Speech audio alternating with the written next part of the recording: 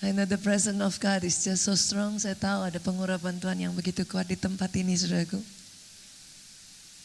Hari ini saya akan menyampaikan satu firman Tuhan. Suara saya agak seksi, saudara. Saya akan menyampaikan satu firman Tuhan, saudaraku. Ketika saudara berbicara tentang yang namanya anointing for dominion, yang satu ini saudara gak pernah bisa lewatkan. Tanpa ada yang satu ini, saudaraku, you're not gonna be able to get there. Itu yang saya sebut sebagai prayer and fasting. Doa puasa, Pak. Doa puasa. Dengar baik ini, saudaraku. Orang Kristen yang tidak berdoa, orang Kristen yang level disiplin doa dan puasanya rendah, powermu kecil. Saya ulang ya, saudaraku. Sebagai orang Kristen, kalau level doamu, disiplin puasamu kecil, powermu kecil, saudaraku. Ketika kita berbicara sepanjang 1 bulan ini tentang yang namanya anointing for dominion, Ibu, sebagian dari kita mungkin bertanya-tanya, apa sih anointing for dominion, Pastor? Kayaknya bahasanya terlalu muluk-muluk. Sesederhana ini, Pak. Have you ever been in your condition dalam hidup saudara? Seperti saya, Pak. Ada waktu-waktu dalam kehidupan saya yang saya bisa berkata,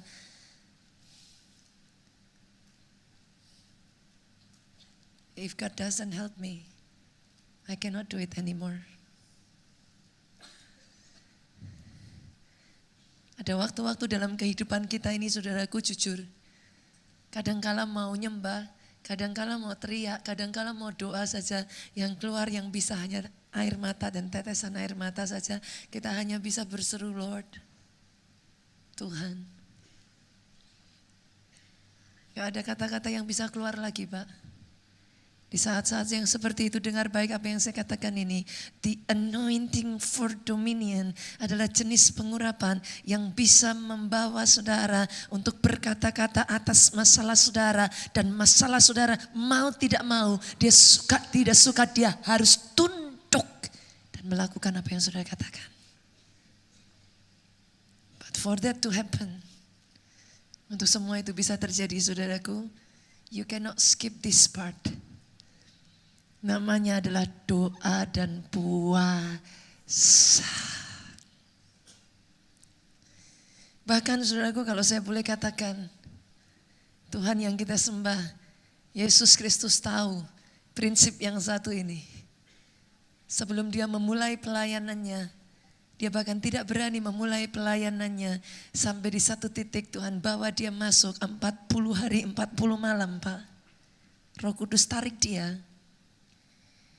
Roh Kudus bawa Yesus mengasingkan diri di padang gurun 40 days, 40 nights.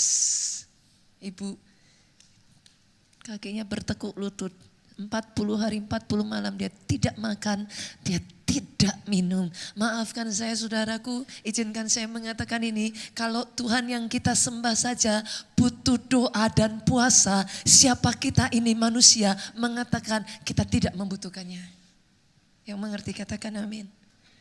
Tidak heran, saudaraku, sejak dari Yesus keluar dari padang gurun, saat itu kemanapun dia pergi, tidak pernah ada di dalam pelayanan Yesus. Ketika dia mulai terjun melayani, ketika dia berjalan, tidak pernah ada waktu, Pak, di mana orang banyak tidak mengikuti dia. Kenapa? Dimanapun dia pergi, apapun yang dia katakan, perkataannya disertai dengan tanda dan mujizat.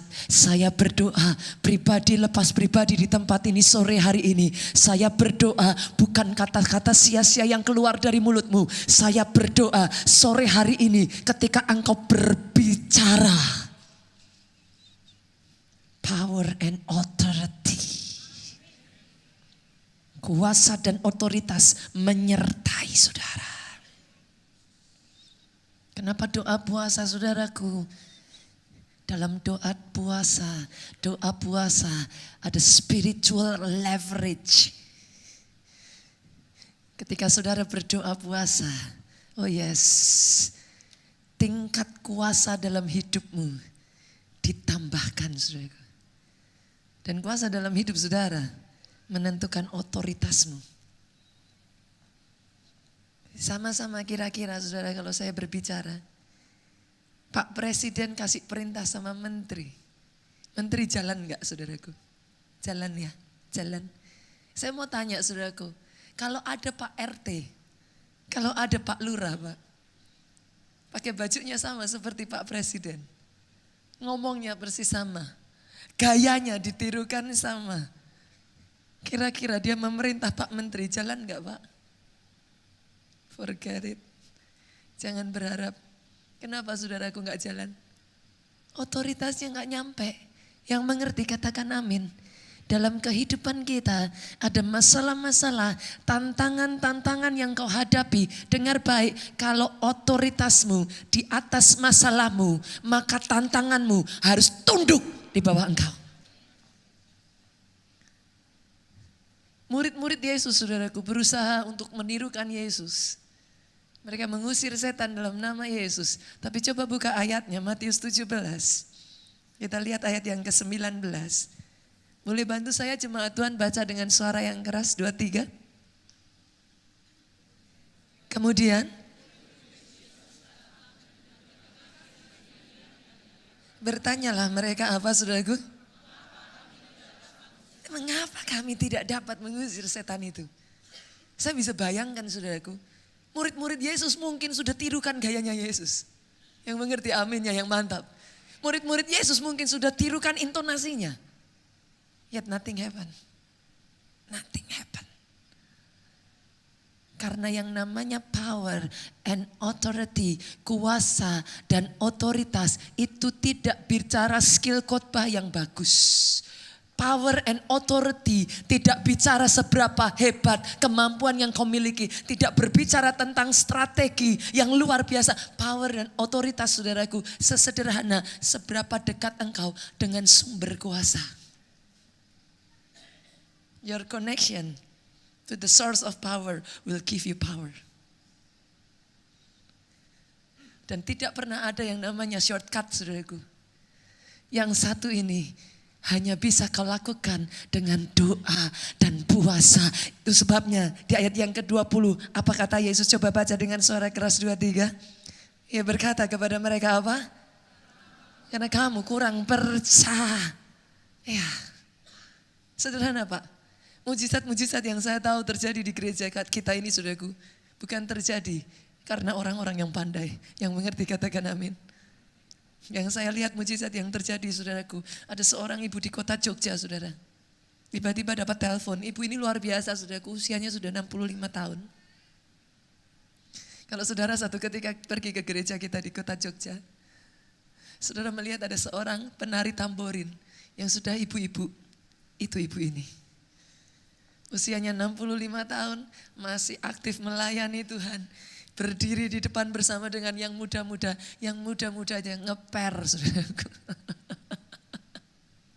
Dia masih melayani sampai hari ini. Jadi jemaat gereja kita di kota Jogja sudah belasan tahun, saudaraku. Satu ketika dia mendapat sebuah telepon, saudara. Dia mendapat sebuah telepon dari kakaknya. Satu pemberitaan yang mengejutkan saudaraku, tiba-tiba tanpa ada sebab khusus saudaraku, kakaknya di rumah koma, kolaps saudaraku, koma langsung dilarikan dengan ambulans. Dibawa ke rumah sakit ke Semarang saudaraku, di Semarang. Sampai di rumah sakit didiagnosa dinyatakan saudaraku, penyumbatan jantung 100%. Dokter sudah angkat tangan. Penyumbatan jantung sudah 100% saudaraku.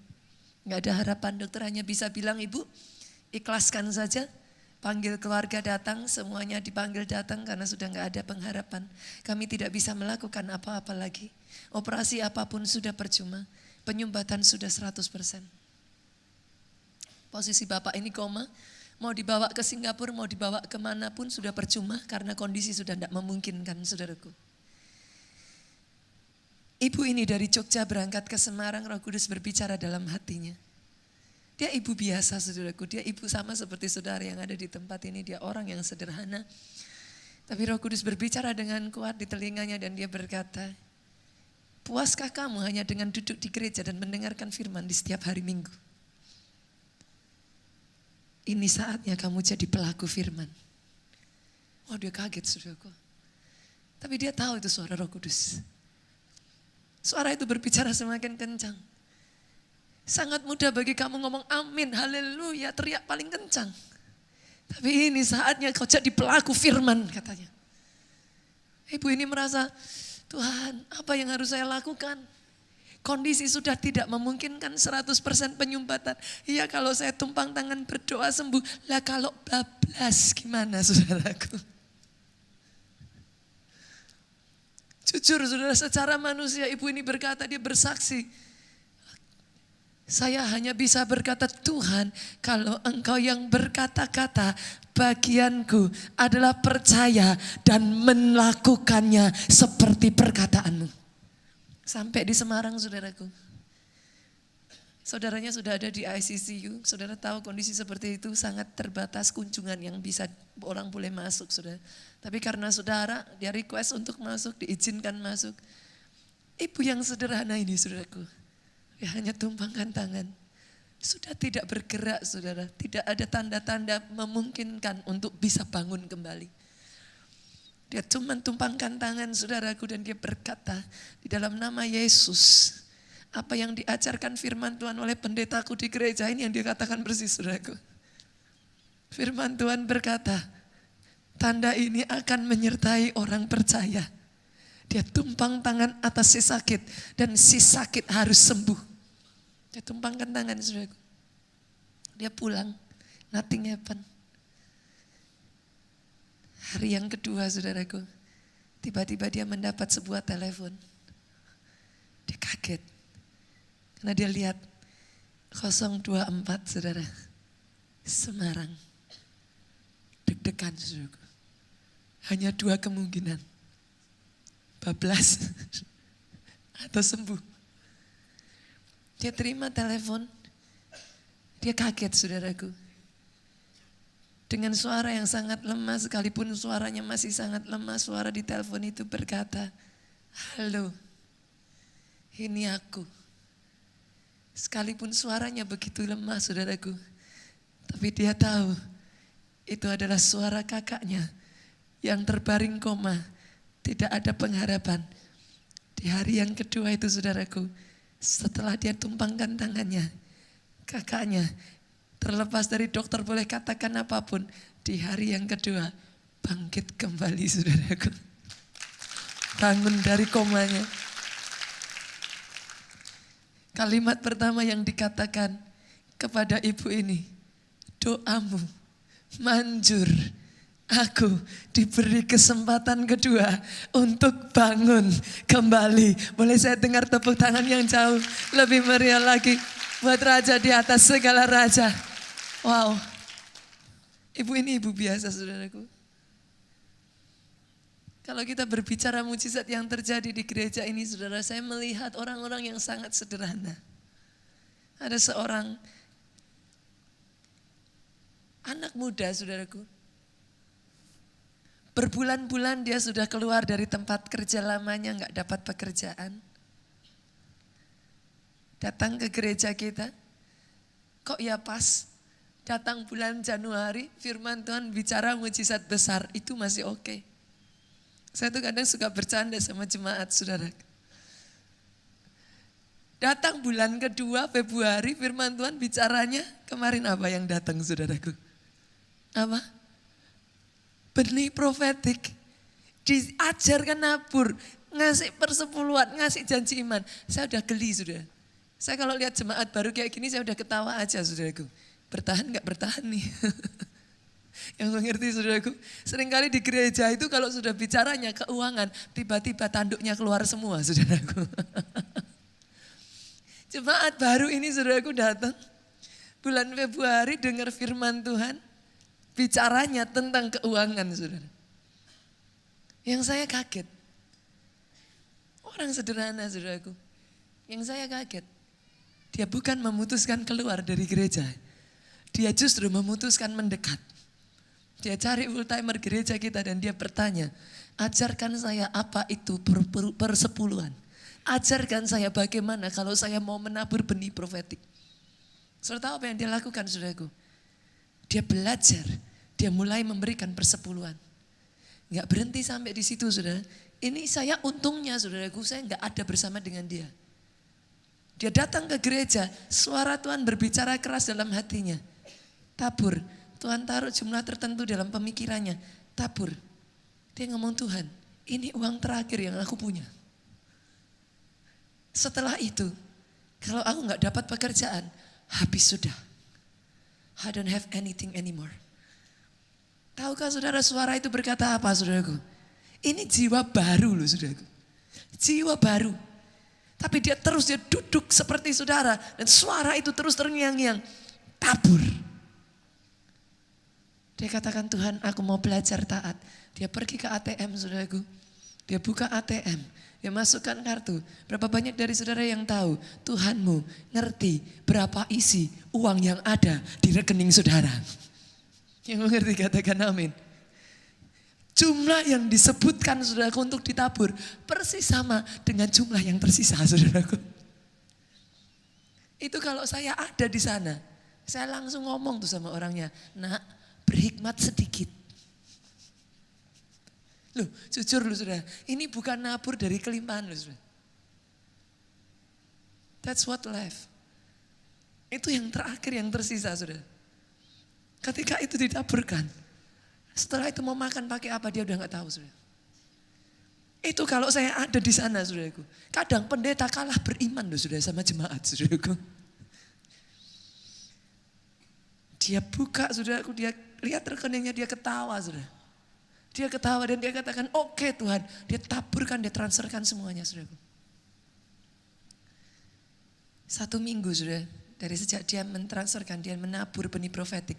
1 minggu sejak dari hari itu persis, tiba-tiba dia ditelepon saudaraku. Ditelepon oleh salah satu perusahaan e-commerce terbesar di Indonesia ini saudaraku. Perusahaan internasional. Dikatakan langsung, kamu diterima. Hari ini juga kamu boleh datang ke kantor.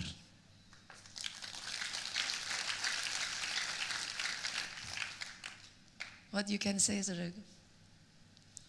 Kadangkala saudara dalam hidup ini, just believe. Even when you do not understand, just believe. Kenapa saudara percaya? Tahukah saudara, Tuhan yang kau sembah, Dia Bapa yang baik, yang rencananya di dalam Yeremia mengatakan tidak ada satupun rancangannya yang adalah rancangan kecelakaan atas hidupmu. Ketika engkau belajar percaya, Roma 8:28, Allah turut bekerja dalam segala perkara mendatangkan kebaikan. Bagi orang yang mengasihi Dia. Sekalipun apa yang kau pikirkan yang namanya kebaikan tidak seperti yang kau harapkan, dengar baik. Dalam kasus dari anak muda ini, dia tidak pernah mengerti apalagi yang harus dia makan setelah dia transferkan semuanya. Tapi dengar baik saudaraku, dia tahu. Yang mengerti katakan amin yang paling keras. Ada satu anak muda lagi sama persis saudaraku. Ini banyak jiwa baru saudaraku hari-hari ini. Tuhan kirimkan. Ini juga sama, baru.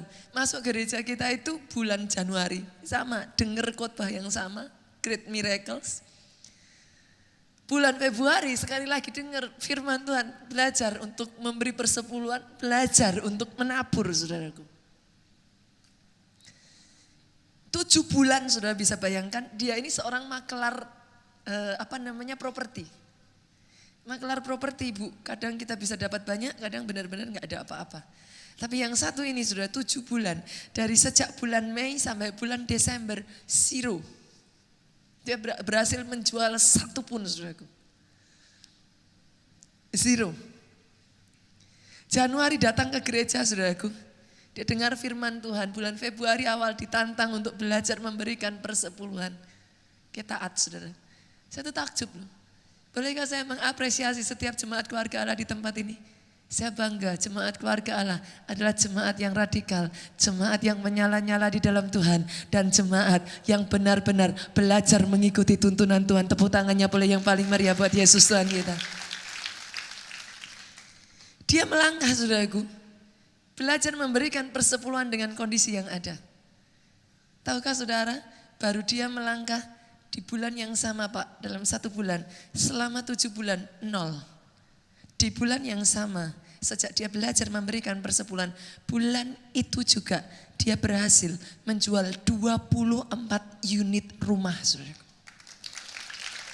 Ini sampai saya tuh sampai baca kesaksiannya tuh saya ulang-ulang lagi, saudaraku, yang benar. Tapi enggak berhenti sampai di situ, saudaraku.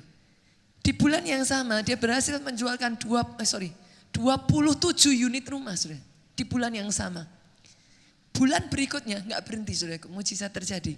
Justru ketika dia belajar untuk menabur janji iman, tahukah saudara, yang terjadi lebih gila lagi, saudaraku.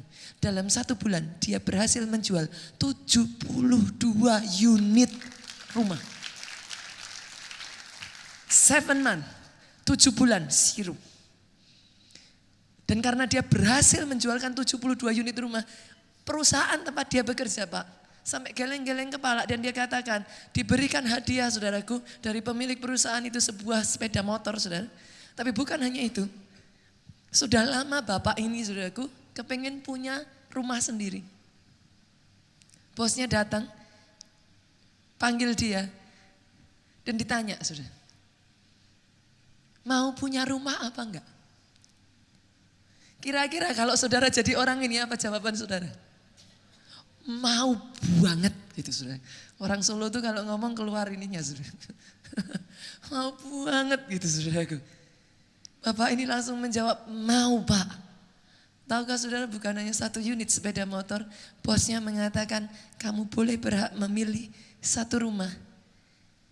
Boleh dicicil berapa kali terserah kamu. Setiap bulan mau nyicilnya berapa terserah kamu. 0% bunga, saudaraku. Tepuk tangannya beliau yang paling meriah buat Yesus Tuhan kita. Dalam hidup ini kadang, saudaraku, what you need is to trust in Him. Percaya bahwa Allah yang kau sembah punya jalan dan rencana yang kadang rencananya di luar cara pikir manusia, tapi rancangannya tidak ada satupun yang mendatangkan hal yang buruk dalam hidup saudara. Tapi kadang, saudaraku, percaya saja nggak cukup.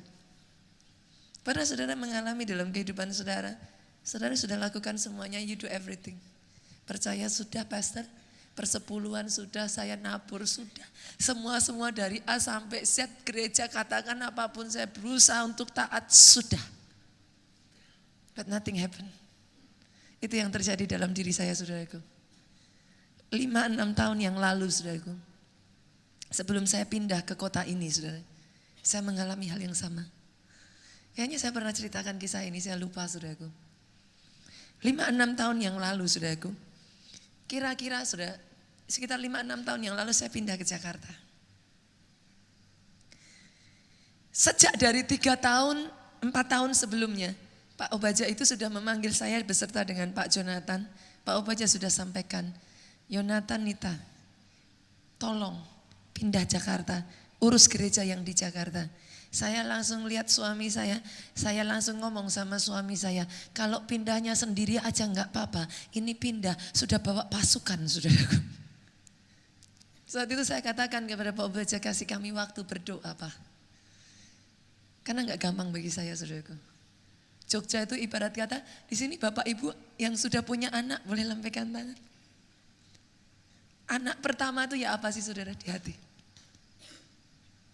Saudara mengerti maksud saya? Jogja itu bagi saya itu seperti ibaratnya anak pertama, saudaraku. Enggak gampang, saudara. Enggak gampang, saya tahu, enggak gampang. Saya hanya katakan waktu itu saya belajar untuk taat kepada pemimpin, dan saya katakan kepada Pak Obaja,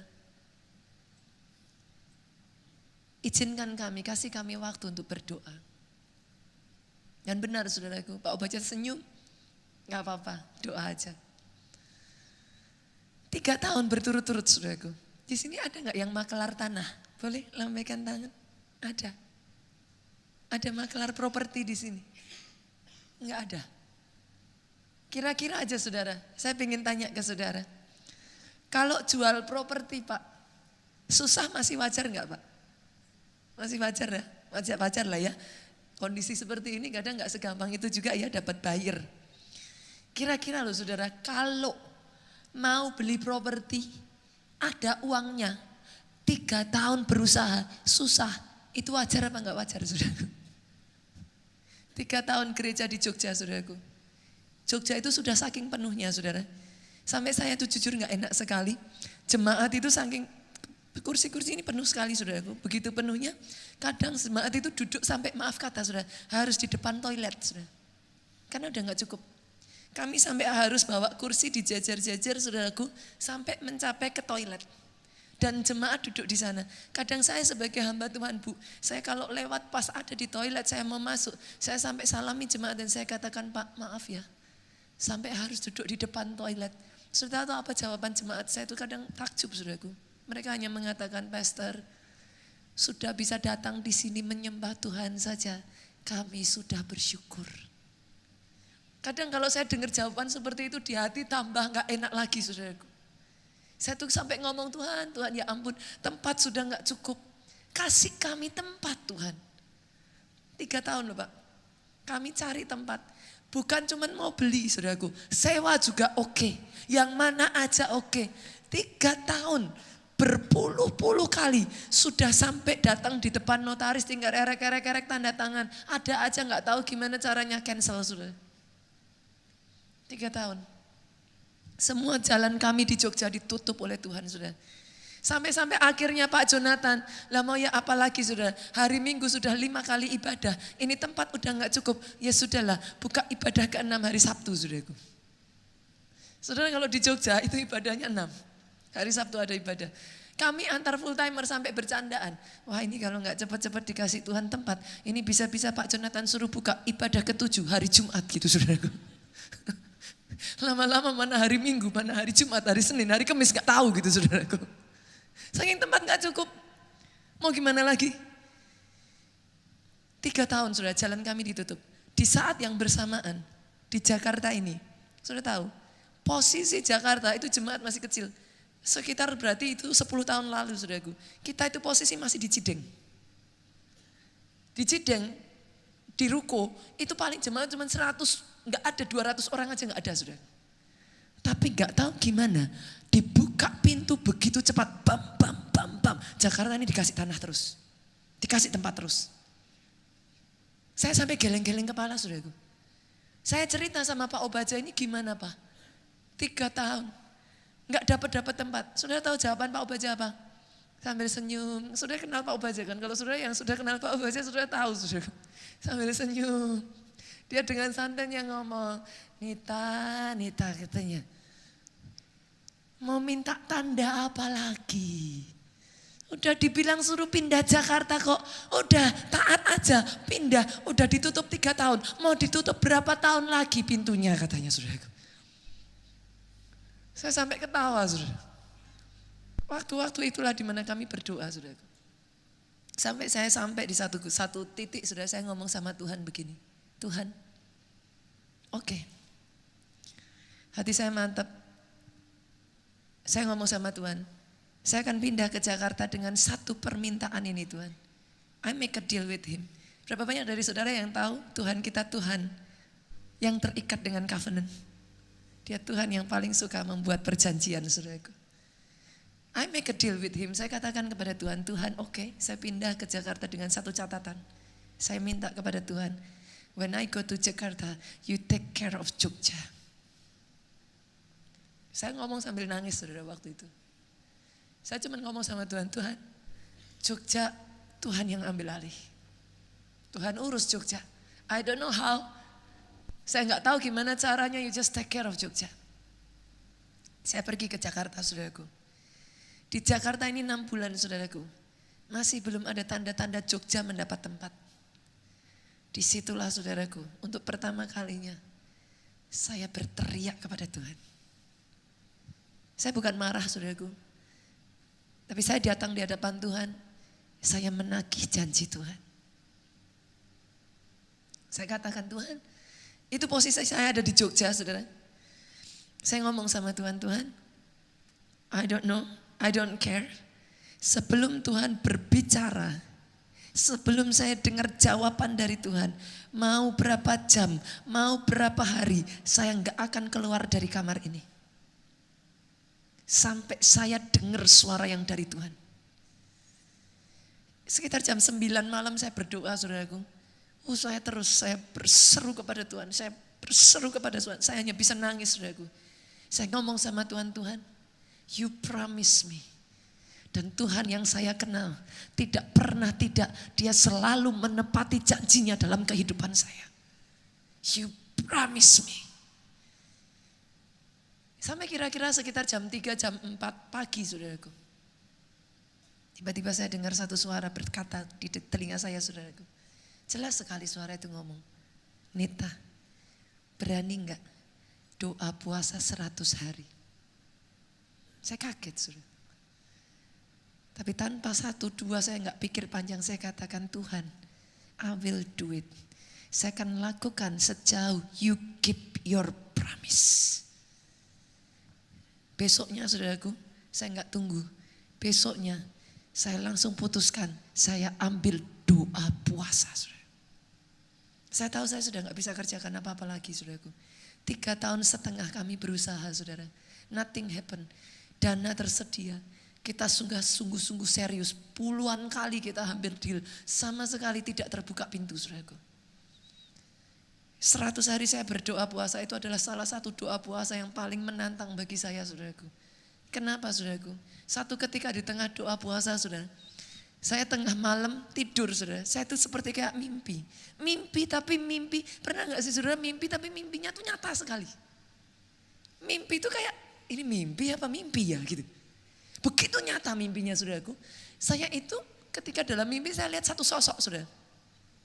Semacam kayak satu sosok gitu bentuknya seperti kayak gabungan antara burung tapi kayak orang tua kayak gimana lah. Intinya ada sosok muncul dari benak saya dalam mimpi saya itu. Saya hanya tengking saudaraku alam nama Yesus pergi. Saya tahu kayak sosok ini tuh berusaha menyerang saya sudah di mimpi saya itu. Saya katakan pergi. Hilang saudaraku. Saya terbangun seperti kaget saudaraku. Dan mimpi itu seperti kayak kuat sekali di benak saya saudara. Gak berapa lama setelah itu, tiba-tiba Pak Jonathan itu pergi ke Jogja, saudaraku. Plafon di kamar kami itu bocor, saudara. Hujan bocor. Difoto sama Pak Jonathan dengan tujuan dikasih ke tim suruh memperbaiki. Setelah difoto diambil, saudaraku, Pak Jonathan lihat, diperbesar. Pak Jonathan tuh merasa ini gambar kok aneh ya. Saya di Jakarta, dia di Jogja, dia kirimkan fotonya, saudara. Dia kirim. Begitu dia kirim saya langsung telepon, saya bilang sayang gak bercanda, ini apa saya bilang. Saya marah sama dia, saya pikir dia nakut-nakuti saya saudaraku. Ini apa saya bilang, gak bercandaan. Bercanda ya bercanda tapi gak keterlaluan saya bilang. Ini foto apa? Saya bilang, yang Pak Jo gak tahu saudara, foto yang dia kirim itu sama persis penampakan yang saya lihat di dalam mimpi saya saudara. Jadi ketika Pak Jo kirim saya foto itu, spontan saya kaget saudara. Kamu gak bercandaan, ini apa saya bilang. Itu ternyata foto dari plafon bocor diperbesar saudara. Munculnya gambar yang saya lihat di mimpi saya saudara. Saya sudah tahu saudaraku, ini peperangan roh. Tapi gak berhenti sampai di situ saudaraku. Saya gantian berangkat ke Jogja. Pokoknya semua itu kalau sudah saya ke Jogja, Pak Jo pulang dari Jogja, sesuatu terjadi saudara. Saya pulang dari Jogja, saya balik saudara. Kali ini bukan plafon lagi, saya balik ke rumah saya di Jogja. Pantry rumah itu kan biasa dari kayak semacam marmer, saudara tahu ya. Marmer itu kalau ketumpahan, cairan atau apa, kopi lah, kecap apa, itu bekas saudaraku. Nah saya berpikir ya sesederhana itu saja. Yang saya heran saudaraku, kok saya lihat-lihat ini tumpahan. Saya ambil fotonya Pak Jo, saya deketin, saya panggil Pak Jo, sayang sama. Jadi bukan hanya di plafon rumah saya, pindah ke pantry saya, saudaraku. Itu waktu-waktu yang merupakan satu tantangan bagi saya, saudaraku. Itu peperangan roh begitu rupa dalam hidup saya. Enggak jarang, saudaraku, malam hari gitu tiba-tiba saya bisa lihat satu sosok. Saya tahu saya sedang diserang, saudaraku. Rumah kami di Jogja itu sering kami datang, enggak pernah sebelumnya seperti itu. Masuk rumah, saudara, baunya udah kemenyan, saudara. Baru masuk enggak apa-apa, saudaraku, cuman masuk aja, saudaraku. Ini di sini sudah bulu kuduk berdiri semua. Saya sampai bilang kurang ajar, pergi kamu, ini rumah saya bilang, saudaraku. Itu peperangan begitu rupa, saudaraku. Setiap saya pulang dari Jogja, pasti sesuatu terjadi. Pak Ju pergi ke Jogja, pasti sesuatu terjadi. Dan itu terus berlangsung, saudaraku. Sampai kalau saya enggak salah hari ke-50 sekian, saudara. Tiba-tiba Pak Ju telepon saya posisi di Solo. Pak Jo ngomong sama saya seperti ini, sayang berdoa. Kenapa? Ini siang hari ini saya ketemu, kita akan ketemuan dengan owner dari JCM, tempat yang kita pakai sekarang, saudara. Siang ini kita akan ketemuan. Begitu Pak Jo ngomong seperti itu, saya nggak tahu gimana, saudaraku. Air mata menetes.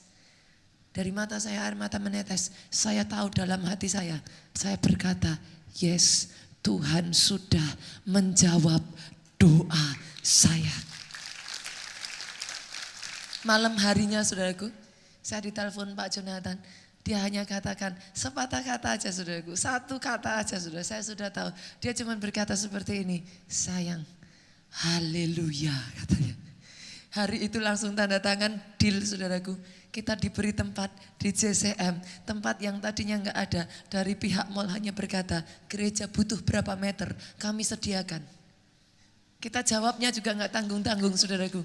Saat itu kami jawab, mall bisa sediakan berapa meter, kami ambil. Nah, karena udah enggak ada tempat, saudaraku. Tapi itu luasan yang terbesar lebih dari tempat ini, saudaraku. The Star itu, saudara, kira-kira mungkin muat lebih dari 2000-an orang lah. Tempat ibadah di Jogja itu, saudaraku. Dengar baik, saudara, dalam kehidupan kita, when you face, ketika saudara menghadapi pintu tertutup, naik ke atas. Ayat 21 Matius 17, coba kita lihat bersama-sama. Lihat bersama-sama. Boleh dibaca yuk? 2, 3. Jenis ini tidak dapat diusir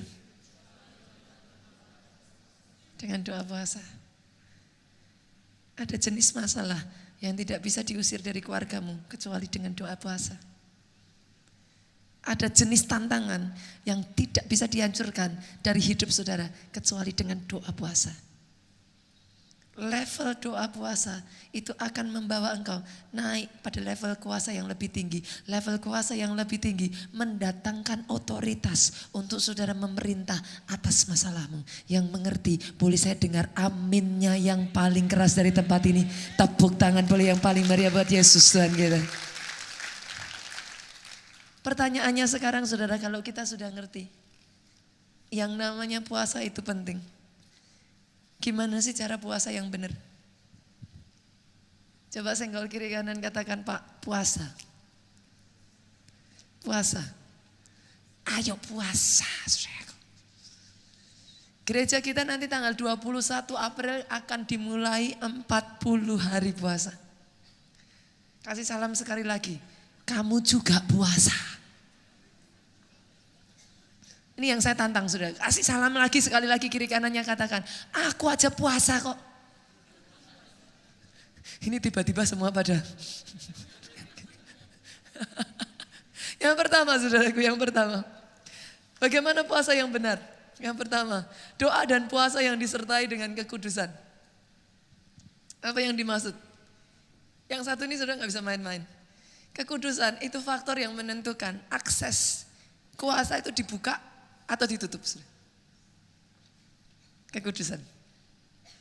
Kekudusan itu yang akan menentukan whether or not you gain access to power. Itu sebabnya Tuhanmu itu disebut apa? Allah Bapa, Allah Anak, Allah Roh Kudus. Kok enggak disebut, Bu, Roh Penyabar, Roh Baik Hati, Roh Hikmat? Kenapa, saudara? Karena Tuhan ingin mengatakan, this is who I am. Coba buka ya, 1 Petrus 1 ayat 6. Apa kata firman Tuhan? 1 Petrus 1 ayat 6. Multimedia, yuk baca sama-sama 2, 3. Yes. Doa puasa yang tidak disertai kekudusan, percuma. Percuma, saudara. Lebih baik gak usah doa puasa. Kenapa? Ketika saudara berdoa puasa, hanya ketika saudara menjaga kekudusan hidupmu, you can access power. Otherwise, useless. Apa yang Tuhan mau? Coba lihat saudara. Ibrani 1 ayat yang ke-9. Ibrani 1 ayat yang ke-9. Baca sama-sama ya, bantu saya. Suara saya sudah semakin seksi saudara. 2, 3, yuk. Engkau mencintai keadilan dan membenci kefasikan. Sebab itu Allahmu telah mengurapi engkau dengan minyak sebagai tanda kesukaan melebihi teman-teman sekutumu. Bolehkah saya ubah kata-kata di sini sebagai ini, saudaraku? Engkau mencintai keadilan, engkau mencintai kekudusan dan membenci dosa.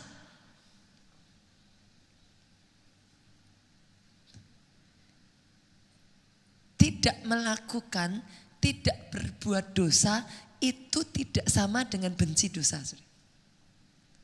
Orang tidak berbuat dosa bisa jadi, 1, gak ada kesempatan. Yang mengerti katakan amin. Loh, bisa jadi loh saudaraku, gak berbuat dosa memangnya karena gak mau. Loh, bisa jadi karena belum ada kesempatannya aja. Bisa ya? Bisa. Orang gak berbuat dosa bisa jadi gak berani. Yang mengerti katakan amin.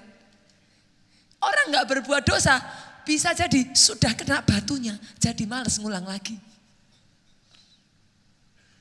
Tapi orang yang benci dosa itu beda. Halo, halo. Kalau kau benci dosa itu bukan bicara perbuatan. Benci dosa itu bicara hati. Dari dalam dirimu engkau memutuskan tidak akan berbuat dosa. Ketika dosa itu ada di depan matamu, karena engkau benci dosa, ya sudah di depan matamu, enggak kau ambil. Yang mengerti katakan amin. Yang pertama saudaraku dengar baik, benci dosa, cintai kekudusan. Orang yang seperti ini, Alkitab berkata dalam hidupnya minyak pengurapan Tuhan itu turun. Anointing for dominion turun. Anointing ini yang akan membuat saudara naik di atas orang yang ada di kiri kanan. Tuhan berkenan, Tuhan angkat hidup saudara. Kalau sudah bicara yang satu ini saudaraku, gak bisa ditipu saudara. Ini bicaranya udah bukan lagi saudara pakai akal, saudara mau strategi, saudara mau gimana-gimana. No. Either you have it, you don't have it, that's it. Hanya bisa didapat dengan kau jaga kekudusan. Yang pertama, doa puasa. Kalau saudara mau gain access to power, gak bisa enggak. Jaga kekudusan hidupmu. Kekudusan berbicara tentang apa saudaraku? Dengar, saudara di tempat ini, saudara yang masih ngerokok. Sebagai hamba Tuhan, saya harus berkata saudaraku, tinggalkan rokok. Buang rokok. Pastor, kok nabrak? Kok senggol? Enggak senggol, saya selalu mengatakan saudaraku, nabrak saudara. Beneran saya tabrak. Kenapa? Kenapa saya katakan seperti itu? Coba dengar baik-baik saudara. Pemerintah aja mengizinkan untuk menjual rokok. Depannya tuh tulisannya apa? Halo? Ditulisin apa saudaraku di situ? Aman untuk kesehatan gitu.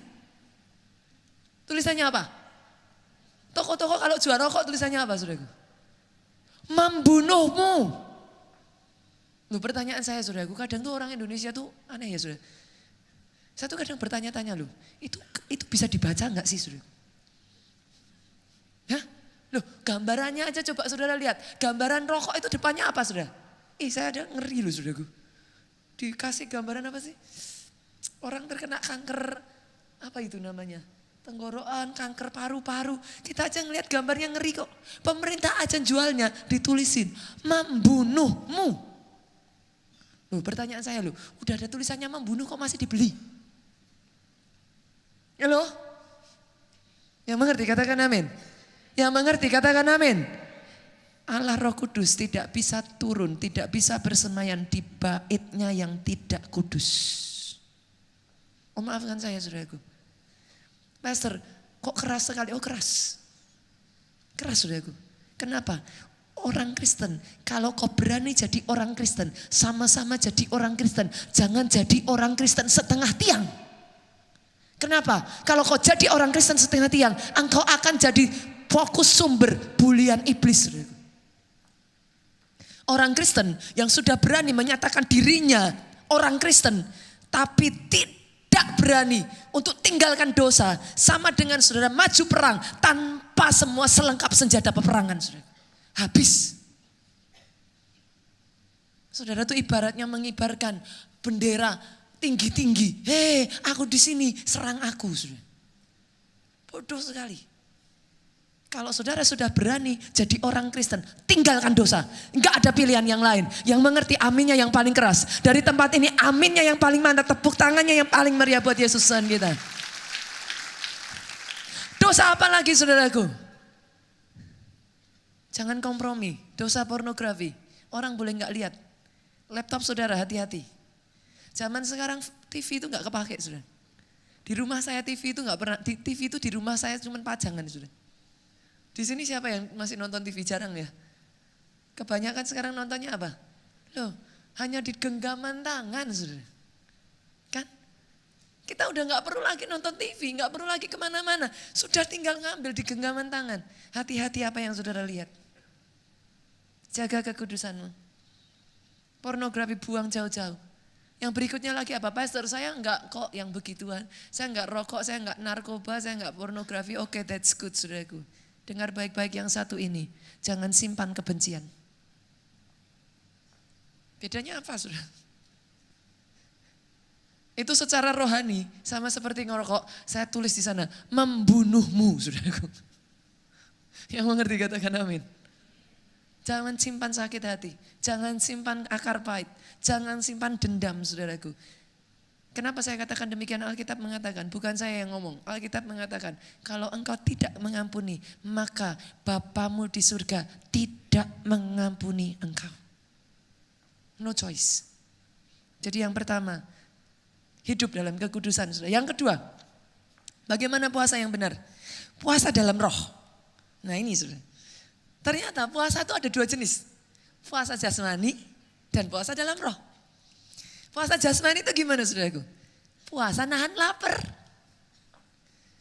Puasa enggak makan. Tapi dengar baik-baik saudara. Puasa yang tidak disertai doa sama dengan diet. Oke? Senggol kiri kanan. Suami-suami yang datang sama istrinya senggol istrinya.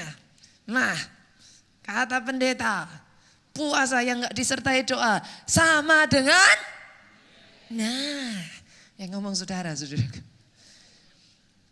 Puasa jasmani saudaraku, itu cuman gak nahan, supaya nahan lapar aja saudara. Itu sebabnya gak heran, buka puasa balas dendam saudara.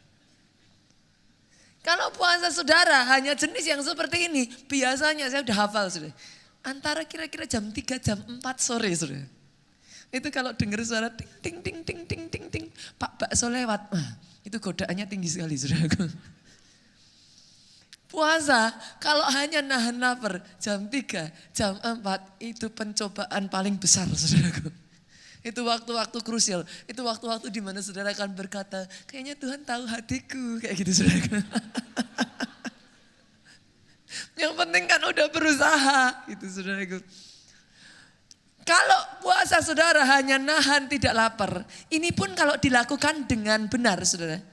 Loh, dunia medis mengatakan saudara, puasa itu baik loh. Betul ya? Ketika puasa dilakukan dengan benar, loh itu mendatangkan kebaikan, itu detoksifikasi saudara, tubuh. Dan itu baik. Asal dilakukan dengan apa bu? Benar. Lah masalahnya, orang sekarang tuh kadang saya kalau lihat jemaat puasa tuh ya ngeri loh saudara. Kalau habis makan saudara, habis buka puasa ya saudaraku, ngulek sambal 10 biji saudara.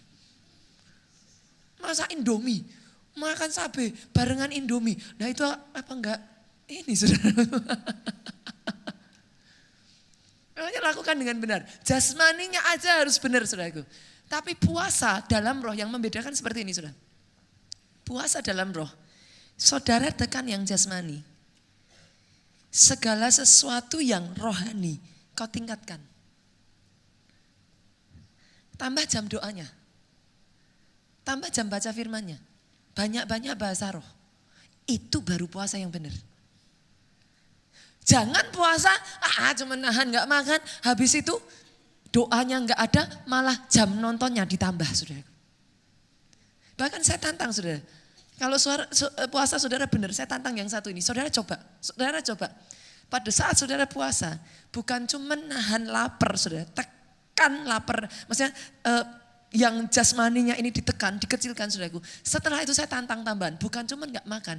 Coba saudara pantang hal-hal yang saudara suka. Apa yang saudara suka? Terserah. Itu sangat bagus sekali. Saudara di sini, zaman sekarang tuh kalau nonton sukanya nonton apa? Kayaknya telenovelnya udah ketinggalan zaman ya. Udah gak ada telenovel. Sekarang sukanya nonton film Korea. Nah, coba kalau saudara puasa, tantang diri saudara sendiri. Biasanya sehari kalau nonton film Korea 2 jam, 3 jam, 4 jam, 5 jam, 6 jam, 7 jam. Kalau gak ikut besok kerja, gak ditutup itu saudara. Saya tantang, saudara, saya tantang. Sambil puasa saudara nahan lapar. Saudara makin banyak waktu berdoa. Mulai pangkas waktu jam nonton. Saya dulu pernah, saudara, Dasar saya orangnya suka shopping, saudara. Saya pernah satu ketika, saudaraku. Tuhan tuh tantang gak susah-susah, saudara. Loh, tiap orang kan beda-beda, saudaraku. Tiap orang beda-beda.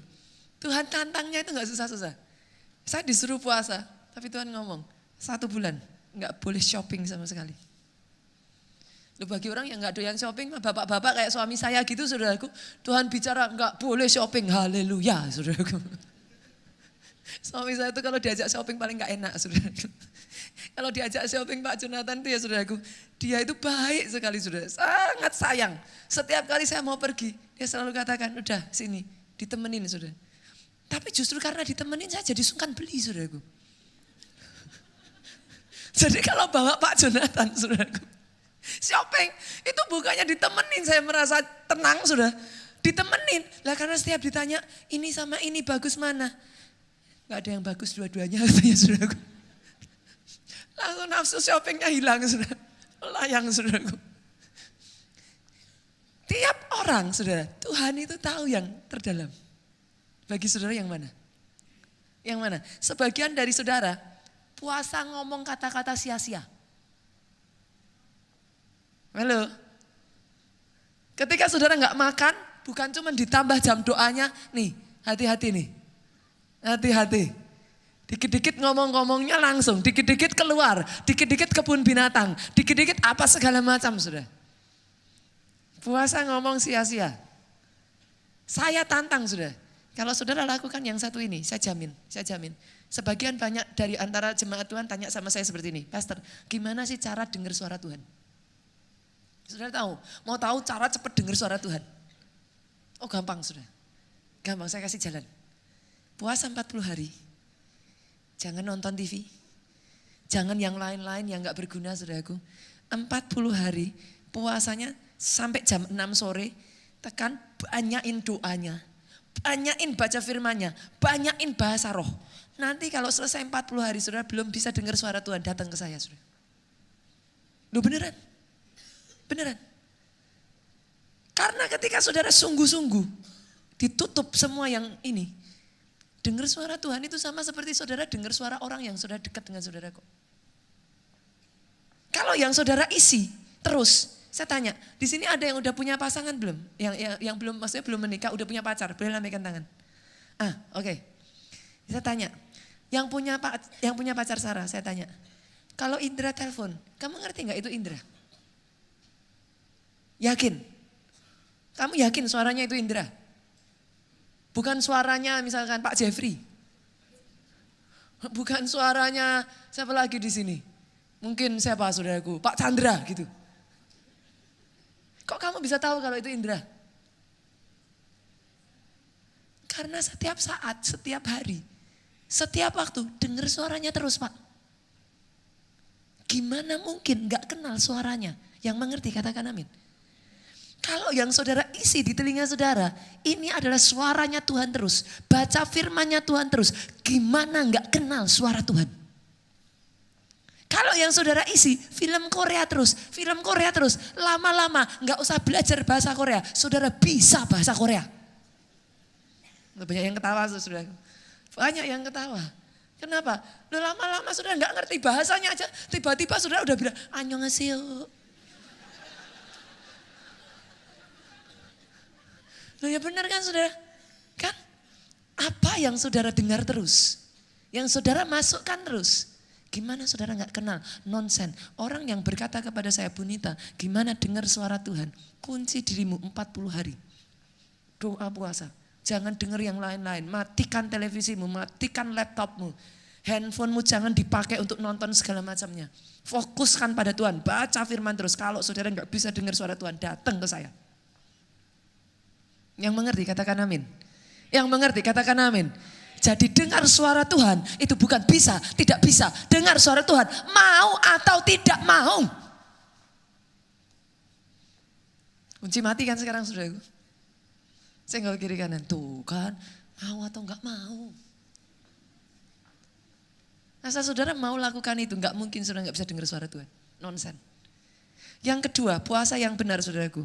Berpuasa dalam roh, bukan hanya jasmani. Yang ketiga, yang terakhir, pemain musik boleh maju ke depan. Yang ketiga, yang terakhir, latih diri untuk meningkatkan disiplin doa puasa. 1 Timotius 4 ayat 8 yuk, baca yuk sama-sama. Ini mujizat loh saudaraku, saya bisa khotbah. Beneran, tadi siang saya meeting dengan tim Kids Impact. Suara saya udah gak keluar saudara. Jadi saya tahu hari ini, kalau saya bisa berkhotbah seperti ini, dengan suara seperti ini, Tuhan sungguh-sungguh luar biasa saudaraku. Kita beri tepuk tangan buat Yesus Tuhan kita. 1 Timotius 4 ayat 8 yuk. Dibaca sama-sama yuk. Suaranya yang paling keras. 2, 3. Terbatas gunanya. Tapi ibadah itu berguna dalam segala hal. Kenapa? Mengandung janji baik untuk hidup ini maupun untuk hidup yang akan datang. Saya tanya, orang olahraga sama enggak olahraga, sudah bisa bedain enggak? Bisa bedain ya saudaraku ya. Olahraga dengan gak olahraga. Yang olahraga itu biasanya saudaraku jelas, kelihatan. Saudara pegang aja saudaraku. Lengannya ini saudara pegang. Gak mungkin gak, pasti kencang saudara. Bentar ya. Kalau gak olahraga, gampang saudara. Gampang sekali. Coba cek kalau gak olahraga. Tadi siang saudaraku saya ngomong, siapa di sini yang gak pernah olahraga? Langsung bapak-bapak perutnya ditarik. Kelihatan saudaraku, itu ya, kelihatan gak bisa ditipu saudaraku. Kalau kita tubuh aja kenal olahraga Pak, dirimu, kita ini adalah roh yang punya jiwa tinggal dalam tubuh. Saya tanya, kura-kura itu cangkangnya atau dalamnya? Saya tanya saudaraku, yang mana kura-kura? Cangkangnya atau dalamnya? Saudara itu rohmu atau tubuh? Kalau engkau adalah rohmu, kenapa yang dilatih tubuhmu terus? Tubuh kenal olahraga, roh kenal yang namanya olah roh. Loh, maksudnya gimana Pastor? Saya tanya di sini yang punya anak kecil boleh lambaikan tangan? Anak umur di bawah 3 tahun, nah Felicia aja. Bu Feli ini kira-kira Bu, kalau punya anak nih, umur udah 2 tahun, udah 3 tahun, maunya makan bubur terus, maunya makan pisang dipenyet-penyet terus, gak mau makan nasi, dimarahin gak? Marahin ya? Kalau punya anak 3 tahun Bu, gak bisa makan nasi, gak bisa makan keras, bisanya cuma minum susu terus, dimarahin gak? Dimarahin ya saudaraku ya? Orang Kristen, bayi rohani, doa 1 menit, 3 kali sehari pas makan, plus doa mau tidur, wajar enggak saudara? Masih wajar lah, boleh lah. Sudah Kristen 5 tahun. Halo? Disuruh pendetanya doa. Oh, jangan saya Pastor, jangan saya. Saya gak bisa doa Pastor. Itu wajar. Coba senggol kiri kanan, itu mujizat. Saudara kalau punya anak, umur setahun aja belum mau makan nasi yang keras. Kita berusaha perjuangkan kok. Yang mengerti katakan amin. Kita berusaha latih dia supaya bisa makan makanan keras. Kenapa? Kalau makanan yang dimakan lunak terus, giginya gak akan bisa tumbuh dengan baik. Ini ada dokter gigi tadi nih. Nah, ada Gaby. Kira-kira kalau anak gak pernah mau makan keras, Gaby kira-kira makanya yang bubur terus sampai umur 5-6 tahun bubur terus, giginya gimana? Yang terjadi saudaraku, kalau gak giginya lubang, itu gigi tumbuh dulu. Gigi susu dengan gigi permanen, yang permanen udah tumbuh, yang gigi susunya belum lepas. Saya tanya, saudara orang Kristen, kalau rohmu enggak dilatih terus,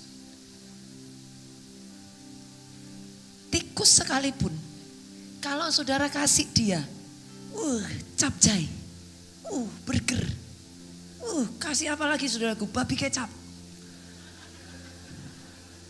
Saudara kasih aja semuanya saudaraku. Hai som, apalagi saudara, kasih capo saudara. Tikus sekalipun, kalau saudara perlakukan seperti itu dengan kucing yang saudara nggak pernah kasih makan, tikus lawan kucing menang tikus saudaraku.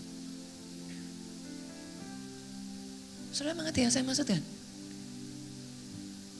Dirimu bukan tubuhmu.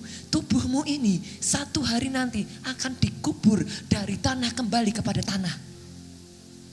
Dirimu adalah rohmu. Dan rohmu Alkitab berkata berasal dari atas. Satu hari nanti pulang kampung halaman. Kalau kau gak pernah latih rohmu saudaraku, tidak heran dalam kehidupanmu engkau jadi orang Kristen, tapi sedikit-dikit masalah datang, engkau hanya bisa angkat bendera setengah tiang dan kau berkata menyerah. Kenapa? Kau gak pernah latih rohmu. Sederhana, jiwa baru oke lah boleh. Sehari doa 3 kali sehari, 1 menit, oke silahkan. Tapi setelah saudara setengah tahun jadi orang Kristen, 1 tahun, naikin dong. Dari 1 menit jadi 5 menit. 5 menit jadi 10 menit bu. 10 menit setengah jam bu. Setengah jam jadi 1 jam. 1 jam sudah bisa 2 jam.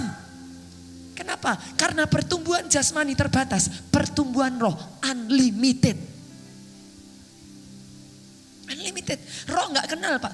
Misalkan pak, kira-kira pak, anak bapak umur sudah 27 tahun, tambah tinggi terus, bahaya gak pak? Nah ini masuk ke sini gak bisa saudaraku. Gak bisa. Kita, tubuh kita umur 18 udah selesai. 18 sampai 21 tahun sudah selesai. Ya udah setinggi-tinggi itu aja. Saudara mau operasi wajah, hidung ditambah mancung bisa saudara. Mata tambah belok bisa, bibir tambah monyong bisa saudaraku. Tapi operasi tinggi badan gimana caranya saudaraku? Gak ada. Jasmani terbatas. Kita punya limit bu. Tapi rohmu unlimited. Kalau kau latih rohmu, ngadepin masalah saudaraku, doa 1 jam, doa 2 jam, doa 3 jam, puasa, disiplin baca firman, disiplin terus. Tikus sekalipun, kalau kau beri dia makanan-makanan yang bergizi, kucing pun kalah. Saudara bukan hanya tikus. Saudara ini tahukah saudara, engkau ini singa dari Yehuda. Yang ada di dalammu, singa dari Yehuda. Itu yang ada di dalammu. Dikasih makan gak saudara? Dikuatkan gak? Diolahragakan gak rohmu? Kalau enggak, saudara hanya jadi orang Kristen yang terus menangis, tunduk di bawah masalahmu. Hari ini saya tantang saudaraku, disiplin doa, puasa, mulai tantang diri saudara, latih diri saudara, jangan jadi kerdil. Manusia rohmu harus jadi giant. Harus jadi raksasa. Trample on your problem. Bukan waktunya lagi saudara nangis-nangis. Bukan waktunya lagi saudara hanya merenungi terus berkutat dengan masalah pribadimu nomor. Ini masalah waktu di mana saudara mulai bangkit saudaraku. Dengar firman Tuhan berkata, bangkitlah sebab terang Tuhan terbit atasmu. Doa saya 2019 ini, the year of great miracle. Bukan hanya jadi atas hidupmu, tapi melalui hidupmu engkau membawa mujizat demi mujizat demi mujizat, menjadi pembuat mujizat bagi orang yang ada di sekelilingmu. Bangkit berdiri jemaat Tuhan.